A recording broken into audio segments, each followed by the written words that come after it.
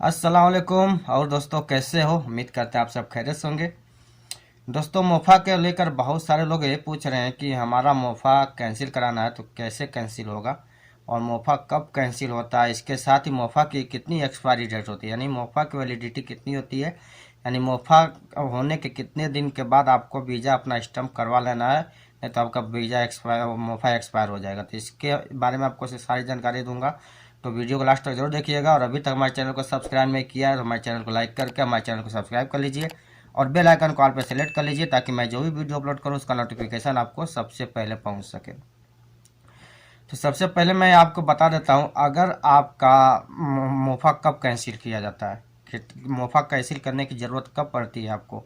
मान लीजिए अगर आपका वीज़ा जो है, आपका मोफ़ा हो गया, ठीक है, आपका मोफ़ा होने के बाद अगर आपका वकाला चेंज होता है एंड दूसरे ऑफिस में आपका वीज़ा का वकाला होता है, तो इस सूरत में और आप उसी वीज़ा पर जाना चाहते हैं तो आपको इस सूरत में आपका मोफ़ा कैंसिल करके दूसरा मोफ़ा बनाना पड़ेगा। यानी अगर आपका वीज़ा किसी ऑफिस में आया हुआ है, किसी एजेंट के पास आया हुआ है और उस ऑफिस वाले ने, उस एजेंट ने आपका मोफ़ा कर दिया, ठीक है, लेकिन अभी आपको उसके पास से काम नहीं करवाना है, अब आपको काम दूसरे ऑफिस या दूसरे एजेंट से करवाना है, तो जाहिर सी बात है आप अपना वकाला चेंज करवाएंगे किसी दूसरे ऑफिस या किसी दूसरे एजेंट के पास।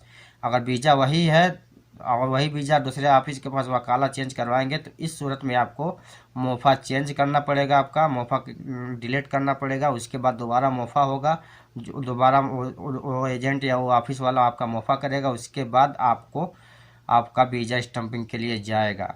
मसलन अगर आप मान के चलिए, अगर आप दूसरा वीज़ा जा रहे हैं, आपका मोफ़ा हो गया कोई बात नहीं, आपका मोफ़ा हो गया कोई बात नहीं, लेकिन अगर आपका वीज़ा दूसरा आ गया, आप उस वीज़ा पर नहीं जाना चाहते, आप किसी और वीज़ा पर जाना चाहते हैं, तो क्या आपका मोफ़ा डिलीट का होगा? नहीं, आपको डिलीट करने की कोई ज़रूरत नहीं है, मोफ़ा कैंसिल करने की कोई ज़रूरत नहीं है।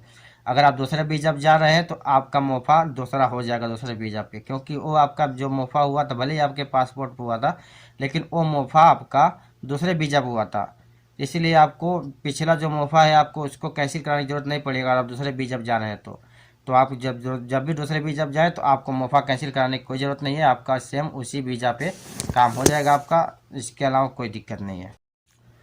और आपको ज़्यादा जानकारी चाहिए तो इसके लिए आप हमारा व्हाट्सएप ग्रुप का लिंक आपको नीचे डिस्क्रिप्शन मिलेगा, आप वहाँ पे ज्वाइन होकर वहाँ पे सवाल पूछ सकते हैं मोफ़ा से रिलेटेड, सारे जवाब आपको वहाँ पे मिल जाएंगे। अभी मैं आपको बता देता हूँ कि अगर आपको आपके मोफ़ा की कितनी वैलिडिटी होती है, यानी कितने दिन में आपका मोफ़ा एक्सपायर हो जाता है, तो इसकी कोई एक्सपायरी डेट नहीं होती है। जब आपका मोफ़ा हो जाएगा, आपका मोफ़ा की एक्सपायरी डेट नहीं होती है, ना ये मोफ़ा आपका कभी ख़त्म होता है, ठीक है। जब तक आपका वीज़ा स्टैंप ना हो जाए तब तक आपका मोफ़ा कभी भी ख़त्म नहीं होता है आपका।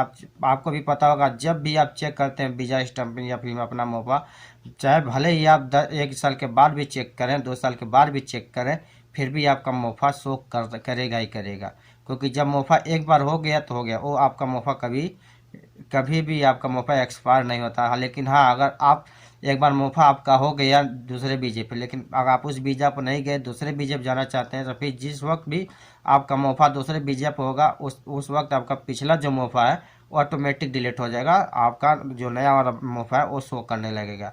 तो इस बात का ध्यान देना होगा आपको कि कभी आपका वीज़ा मोफ़ा जो है एक्सपायर नहीं होता, उसकी कोई वैलिडिटी नहीं होती है, ठीक है। तो उम्मीद करता हूँ आपको सब कुछ समझ में आ गया होगा। कोई भी दिक्कत हो कमेंट कीजिएगा, उसका जवाब जरूर देंगे। इसके अलावा हमारा व्हाट्सएप ग्रुप भी है, आप वहाँ पे भी ज्वाइन होकर सवाल पूछ सकते हैं। तो फिलहाल मुझे दीजिए इजाज़त, फिर मिलते हैं आपको नेक्स्ट वीडियो में नेक्स्ट टॉपिक के साथ। तब तक के लिए दुआ में याद रखिए। अल्लाह हाफिज़।